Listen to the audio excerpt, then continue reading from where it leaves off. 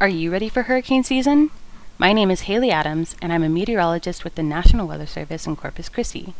Let's take a few minutes today to talk about how to prepare for hurricane season. Hurricane season runs from June 1st to November 30th. Now is the time to not just think about, but begin preparing for the hazards that a tropical storm or hurricane can bring to South Texas. Hurricanes can bring a number of hazards to the Middle Texas coast.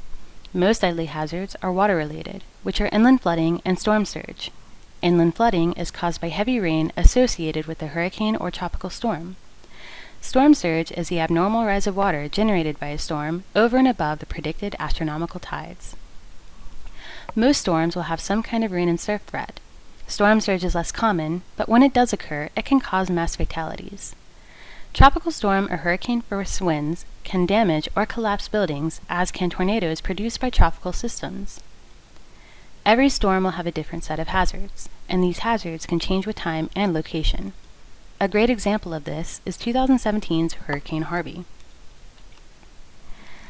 Here's a look at Hurricane Harvey's path into the Gulf of Mexico. While Harvey dissipated as it moved across the Yucatan Peninsula, it quickly reformed and strengthened into a Category 4 hurricane as it reached the western Gulf of Mexico. Threats with Harvey for the Middle Texas coast included intense winds and life-threatening storm surge as it moved inland.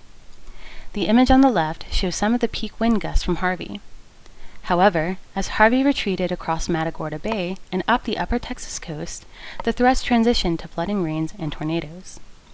The image on the right shows the warnings that the National Weather Service office in Houston issued during Harvey. Harvey shows that hazards from the same storm can change with time and location, and the first step for preparing for a tropical storm or hurricane is to know your community and know where you will get the latest weather information. What else can be done now to prepare for the next storm? Many communities in South Texas have local notification systems, like Code Red or Reverse Alert. Check with local government officials to see how to sign up for those systems. Additionally, make sure that you are familiar with your evacuation zone and any shelter locations around the area. Use shopping trips to gather needed supplies, and make sure important documents are stored in a safe place. It's always a good idea to keep your gas tank half full or more through the season.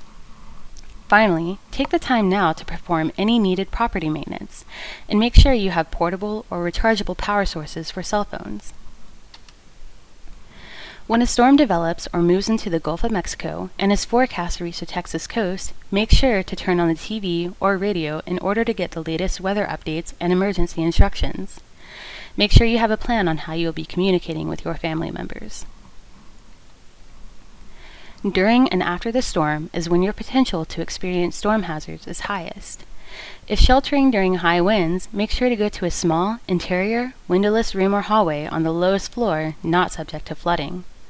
Do not walk or swim through floodwaters unless absolutely necessary.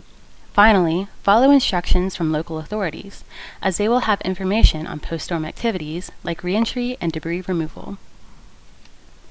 Thank you for joining us to learn more about hurricane preparedness, and stay safe this hurricane season.